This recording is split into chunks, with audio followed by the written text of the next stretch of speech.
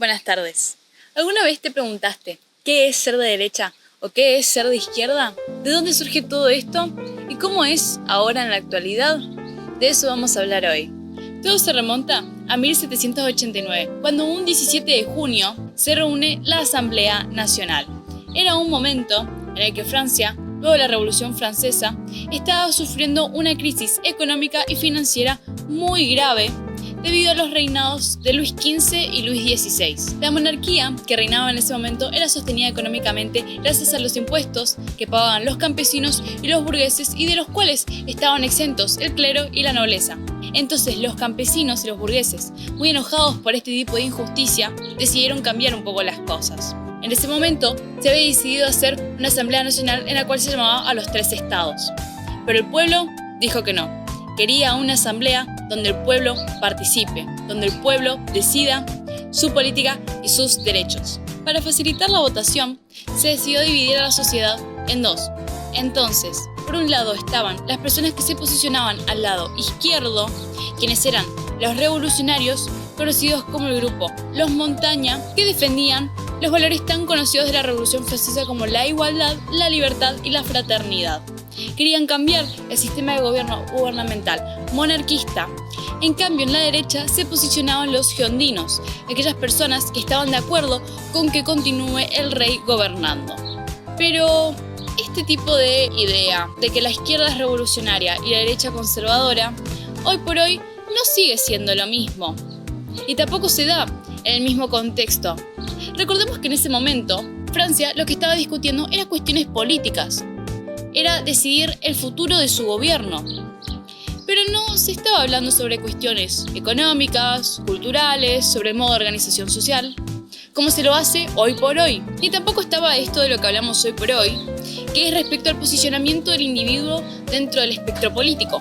Hoy en día, el posicionamiento de la persona y de un partido político dentro del espectro político es mucho más complejo debido a que se han ampliado los tipos de términos que utilizamos. Surgió esta idea del centro y de allí lo que tantos conocemos como centro-derecha y centro-izquierda. Muchas veces en cuestiones económicas, políticas y sociales tratamos de definirnos a nosotros mismos, a nuestras ideas y a nuestros valores dentro de un grupo que mejor nos represente.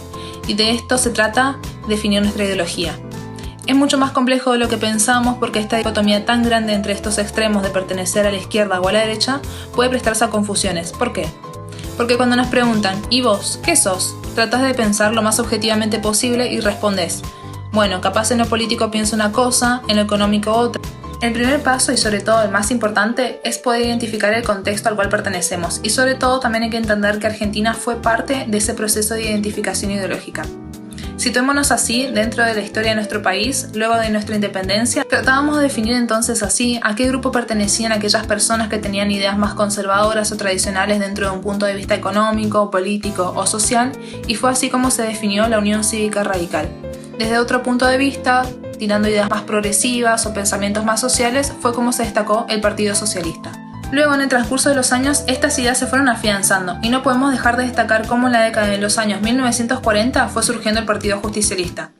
Luego entonces, de que nos pudimos ubicar dentro de este contexto histórico, lo que realmente queríamos marcar es el surgimiento de las ideologías dentro de nuestro país y cómo hasta ahora, en la actualidad, como por ejemplo pueden llegar a recordar el debate presidencial del año pasado, las matices de ideologías estuvieron presentes, desde una izquierda extrema representada por Nicolás del Caño hacia las ideas más conservadoras representadas por Gómez Centurión.